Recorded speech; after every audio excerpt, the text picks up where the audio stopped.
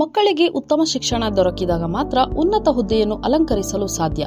ಈ ನಿಟ್ಟಿನಲ್ಲಿ 1994ರಲ್ಲಿ ಸ್ವತಂತ್ರ ಹೋರಾಟಗಾರ್ತಿ ರಾಣಿ ಕಿತ್ತೂರು ಚೆನ್ನಮ್ಮರವರ ಹೆಸರಿನಲ್ಲಿ ಪ್ರಾಥಮಿಕ ಶಾಲೆ ಪ್ರಾರಂಭಿಸಲಾಯಿತು ಎಂದು ಸಂಸ್ಥೆಯ ಅಧ್ಯಕ್ಷ ಡಾ ಎನ್ ಡಿ ದೊಡ್ಡನಿಂಗಪ್ಪರವರು ಹೇಳಿದರು.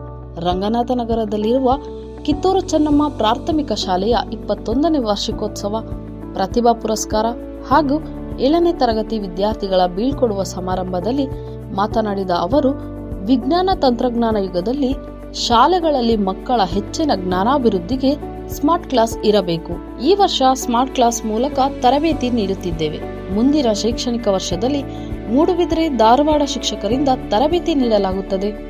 ಪಾಲಕರು ಮಕ್ಕಳ ಸರ್ವಾಂಗೀಣ ಪ್ರಗತಿಗೆ ನಮ್ಮ ಶಾಲೆಗೆ ಪ್ರವೇಶ ಪಡೆಯಬೇಕೆಂದು ಹೇಳಿದರು. ಶಿಕ್ಷಣ ಸಂಯೋಜಕ ಬಾಲುಹಳ್ಳಿ ಮಾತನಾಡಿ, ಶಿಕ್ಷಣದೊಂದಿಗೆ ಸಂಸ್ಕೃತಿ, ಆಚಾರ ವಿಚಾರಗಳು ಮಹತ್ವದ್ದಾಗಿದ್ದು, ಈ ಹಿಂದೆ ಗುರುಕುಲ ಪದ್ಧತಿಯು ಇಂದು ಪ್ರಸ್ತುತವಾಗಿದೆ ಎಂದರು.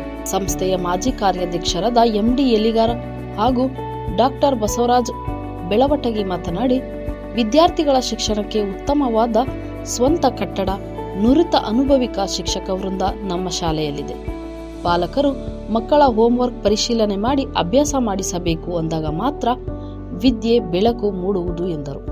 ಕಾರ್ಯಕ್ರಮದಲ್ಲಿ ಕಿತ್ತೂರು ಚೆನ್ನಮ್ಮ ಮಹಿಳಾ ಬ್ಯಾಂಕ್ ಅಧ್ಯಕ್ಷೆ ರೇಖಾ ಶಿರೂರ, ಸಿಆರ್ಪಿ ಬಡಿಗೇರ, ಸಂಸ್ಥೆಯ ನಿರ್ದೇಶಕರಾದ ಎನ್ ಡಿ ದುಳಪ್ಪನವರು, ಸಿದ್ದು ಗುಡುಗುಡಿ, ಮುಖ್ಯೋಪಾಧ್ಯಾಯಕ ಪ್ರಶಾಂತ್ ಕುಲಕರ್ಣಿ ಸೇರಿದಂತೆ ಕಿತ್ತೂರು ಚೆನ್ನಮ್ಮ ಮಹಿಳಾ ಬ್ಯಾಂಕ್ ನಿರ್ದೇಶಕರು, ಶಾಲಾ ಶಿಕ್ಷಕಿಯರು, ಶಿಕ್ಷಕೇತರ ಸಿಬ್ಬಂದಿಗಳು ಹಾಜರಿದ್ದರು.